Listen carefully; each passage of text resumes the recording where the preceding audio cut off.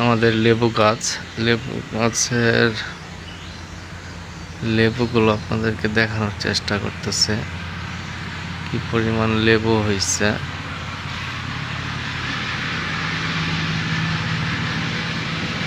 মানে যাকে বলে পাতায় পাতায় লেবু।